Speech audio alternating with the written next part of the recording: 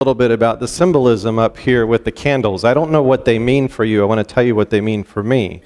Because these are often placed, these types of candles, and there's probably a name for them. I couldn't tell you what that name would be, but they are often on a communion table and often represent both the divinity of Christ and the humanity of Christ, which is very relative, very pertinent to this message, because we come here, we worship this way to God, but as we leave here as salt and light, we also have to be this way with each other, wrapped up in our humanity. We worship the divine, and we are human yet too, and wrapped up in the humanity around us. And then the peace lamp, just having it lit as just what we are to be as peace builders, trying to build peace here in our congregation and around us in our community. I want to talk now more specifically about salt. We focused a lot about last fall on light, and we developed that hashtag, another kind of Twitter tagline of hashtag step out and light up, or step out, light up. That's what's on the top of that display out there.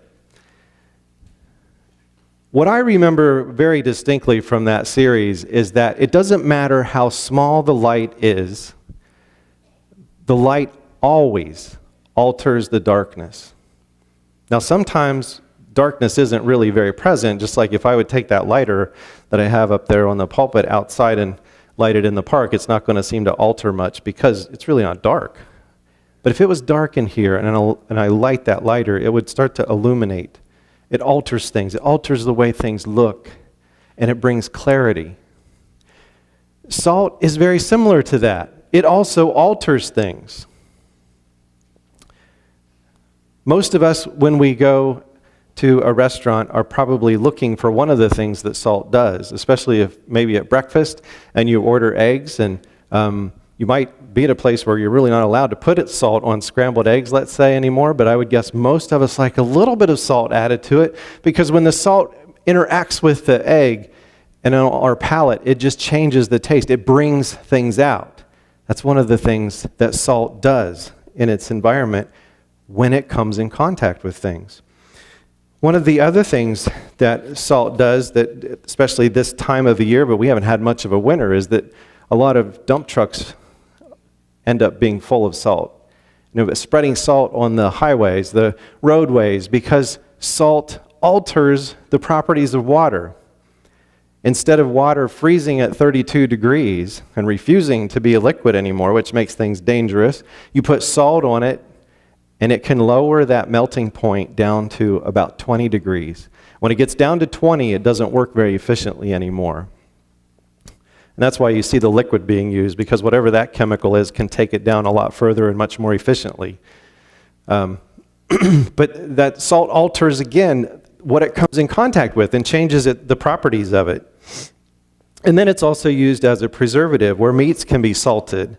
They can be cured, and then you can keep them without them being refrigerated.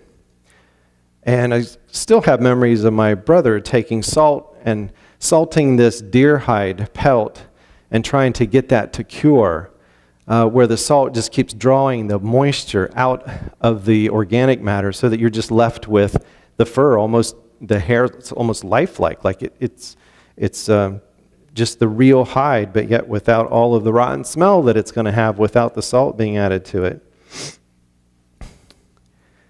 And the more pure that the salt is, the more effective it is. The less pure that it is, the less taste that it has, the less it alters its environment. So when you hear Jesus' words saying that you're the salt of the earth, you can begin to make some of those connections. I mean, some correlations to how maybe we as Christians in the world, this is how our life maybe affects people around us and becomes a witness to the kingdom. But we need to go a little bit deeper with this, because we don't have the context in our Western culture that Jesus had in his Middle Eastern culture. And it's really hard to understand what he is saying by the salt of the earth if you don't understand what salt meant in their context. So I want to take Jesus' message now and let's turn it a little bit and put it into Eastern and Middle Eastern society. Because I don't know if you've ever really thought about that before, that a lot of what Jesus was saying was going to be heard by the cultures of the Mideast and the East. And that we have grown up with a westernized Christianity that tends to be very individualistic, tends to be very pull yourself up by the bootstraps. We value independence and that strength. But the cultures where Jesus would have seen things much more interdependent, that we can't really exist without each other. And I think we're moving that way in our Western society with more of that thinking, that we're getting tired of the competition, we're getting tired of the top dog, underdog, and that we're starting to see this growing separation between those who have and those who don't, and realizing this doesn't work for everybody.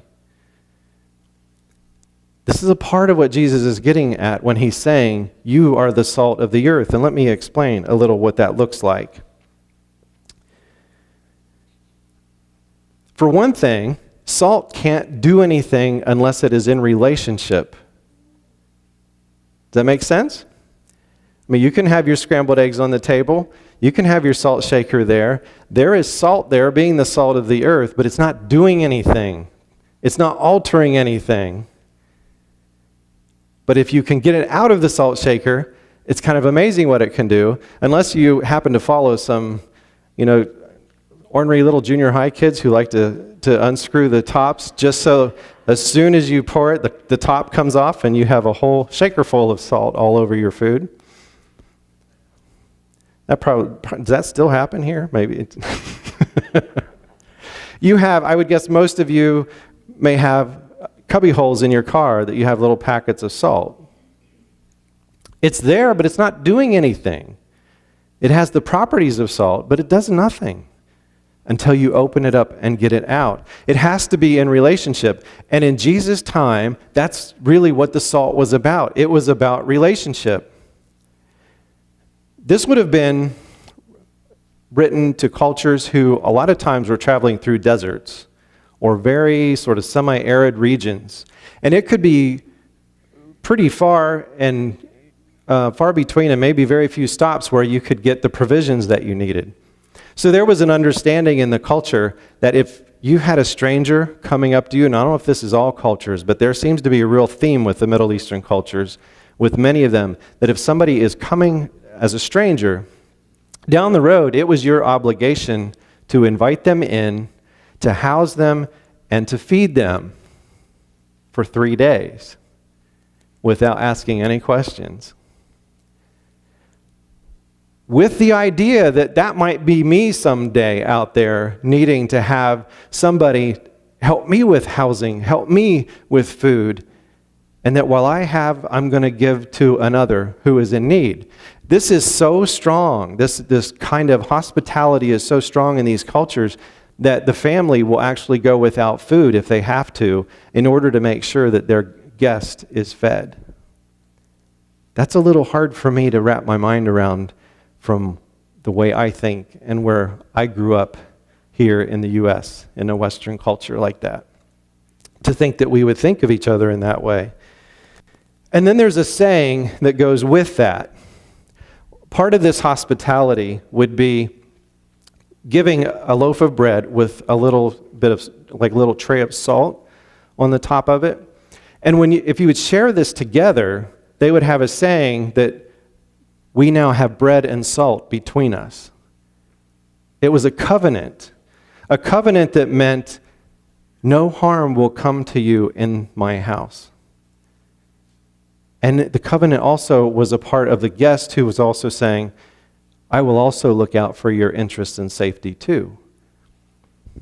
We have a little bit of that. I mean, when we gather as a community and have a meal together, I think that's a little bit implied for us as a congregation that we want to make sure everybody has enough.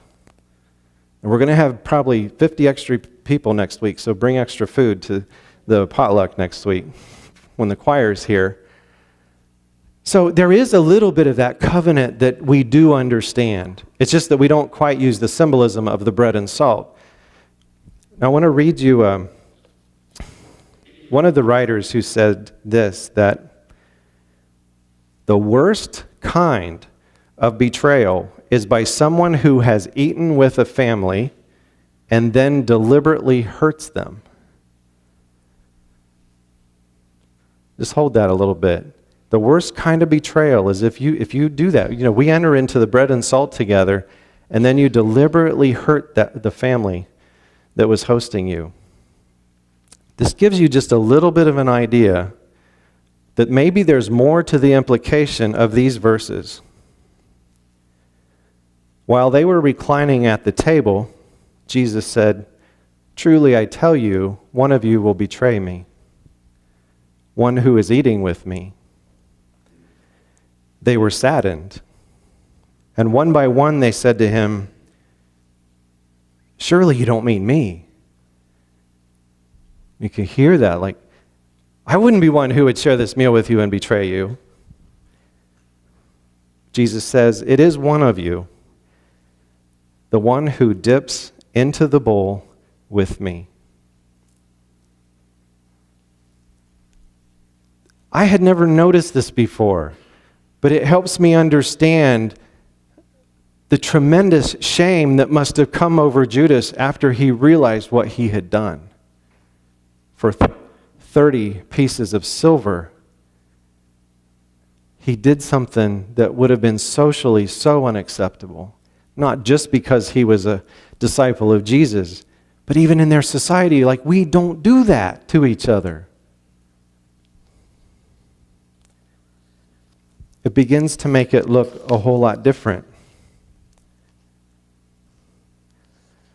So if you are the salt of the earth, and myself with you, we're a covenant people. There is bread and salt between us.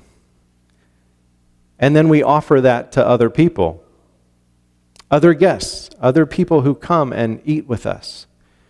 We offer that covenant relationship. Okay, now wait a second. Then Jesus begins to say, you are the salt of the earth, but not all of you. You're not just inherently a salt of the earth person. You can lose your saltiness to where it doesn't do any good.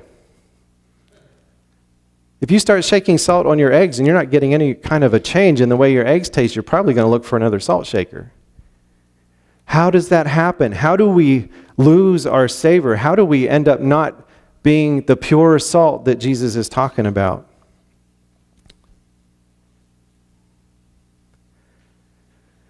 Well, you know, this passage is following the Beatitudes. What if we put those together? What if we say it like this? These are the words from Marcia Riggs, who writes in Feasting on the Word. And any of you who are ever teaching Bible or teaching particular passages, the Feasting on the Word series is at the Resource Center.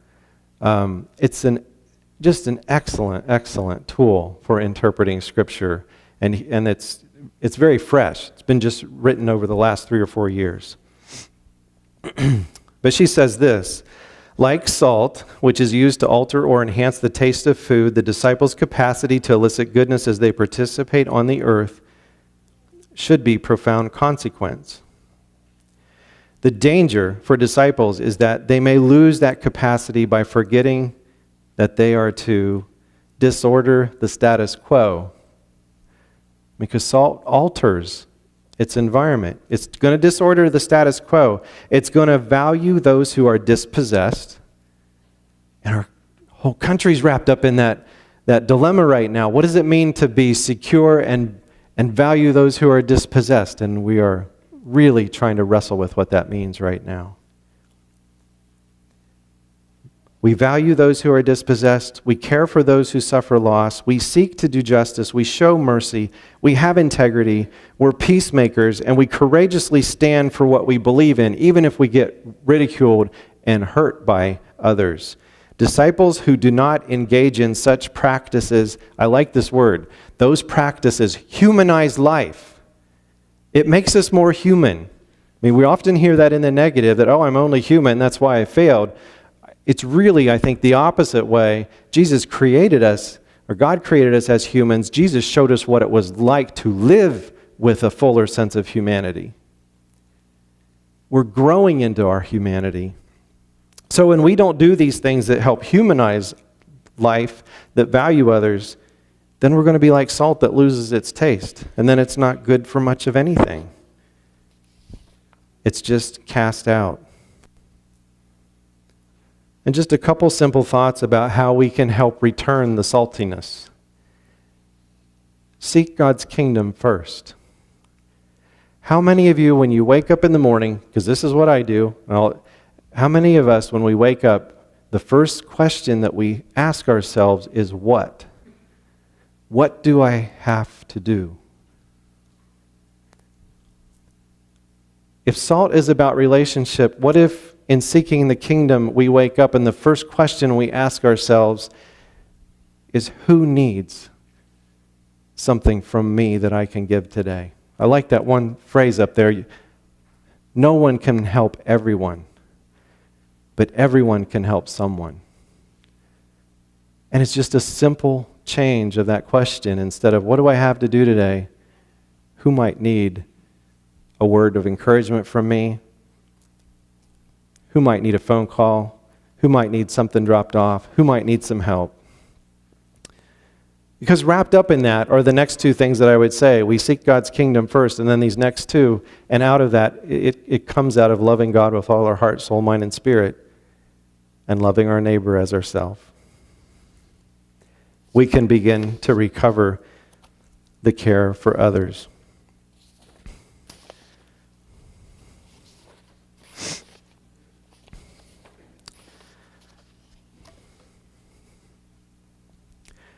I wanted to show you one other thing today.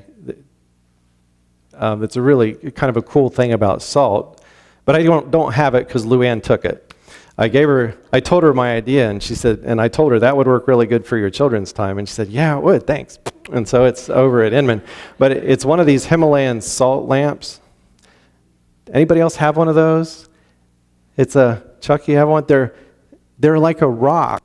They just look like a rock of salt, but they're hollowed out on the inside, and they have a lamp inside of them. And they're just made to sit on a countertop or on a stand, and you turn these on. And this is, I think, a really interesting facet about being salt. Salt is a neutral compound or chemical.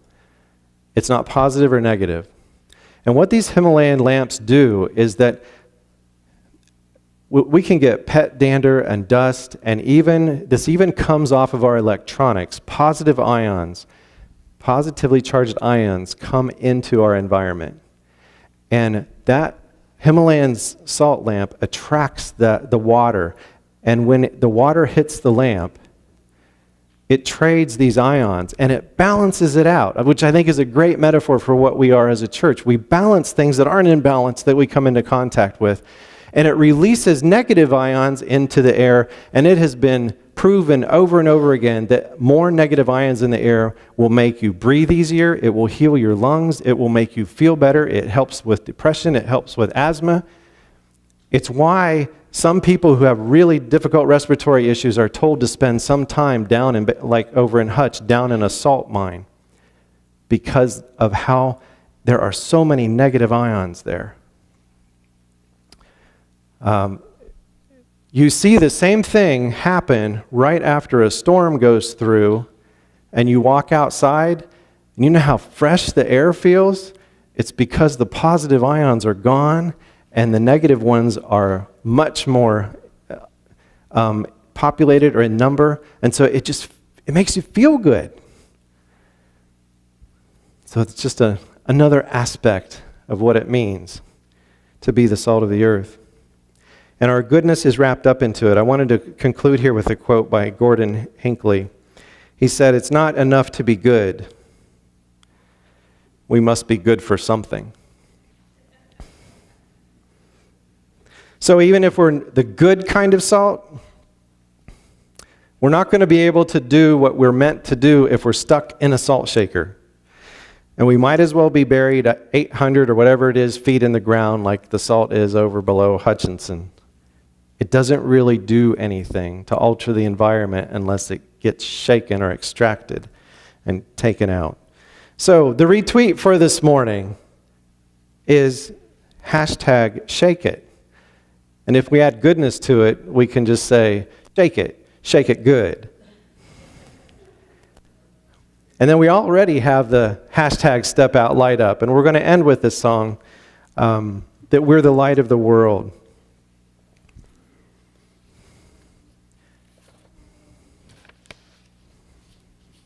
So bless